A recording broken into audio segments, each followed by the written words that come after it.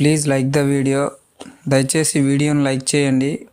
అలాగే మీరు ఛానల్ని ఫస్ట్ టైం చూస్తున్నట్టయితే సబ్స్క్రైబ్ చేసుకోండి. Please subscribe the channel if you are for the first time visiting the channel. Dictation will start in few seconds. Replying to the discussion on the demand for grant relating to famine in the Legislative Assembly, the Honorable Member said, Mr. Speaker, Sir, one Honorable Member wanted to know the procedure adopted with regard to land revenue remission during famine. He asked whether urgent methods were adopted by the government in this regard. In this connection, I spoke some time back on the floor of this House in reply to the general discussion on the budget. At that time, I said that the collectors of the districts where famine conditions were likely to develop were asked immediately to review the situation, and they did so. Collectors can suspend collection of land revenue in suitable cases. As a matter of fact, several collectors have used this power to suspend the collection of land revenue. Later on, orders of remission will be passed on the basis of the outrun in each area. So, I would like to point out that there will be no hardship to the riots. If the poor riots have to pay the land revenue in the first instance, and if later on remission of land revenue is granted, it will result in hardship to the riots.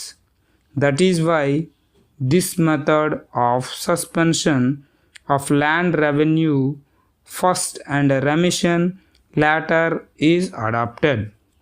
Thus, it will be seen that the government have taken every care to avoid delay in the matter of sanction of remission of land revenue. Secondly, the Honorable Member made a suggestion with regard to water supply to places where there was scarcity of water. He said that motor transport might be used for carrying water to these places. I may tell him that it is one of the steps that has already been taken. The Famine Commissioner has already moved in the matter. Some of the civil supplies lorries and tanks are being used to move water to areas where water is necessary.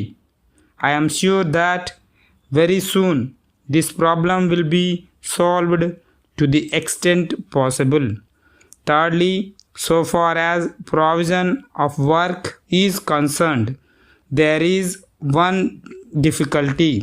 Some of these people want alternative employment as they are affected by scarcity conditions, but as a matter of fact, they are mostly agricultural laborers or agriculturists themselves.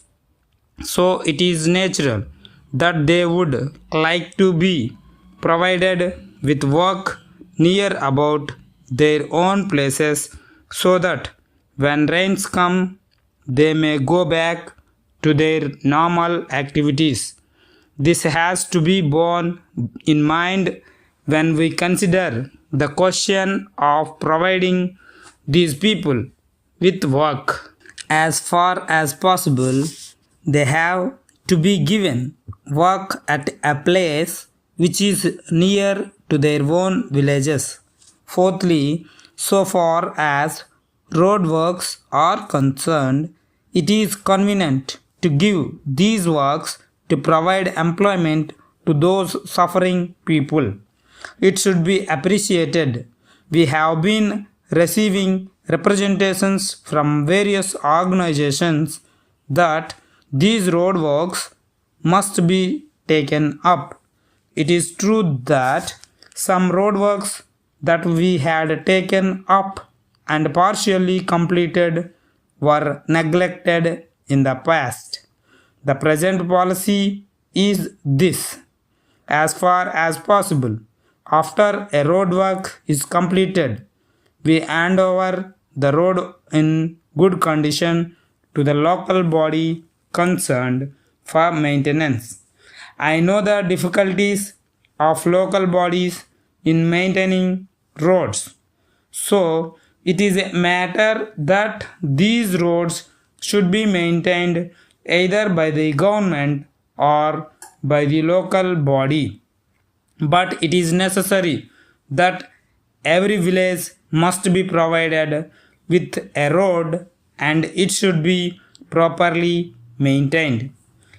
Wherever possible, if the local body concerned is willing to take over these roads later and maintain them, we take up the roadworks which are recommended by the local body. This is our policy. Most of the roadworks which have been taken up now for execution by us are those recommended by the local bodies.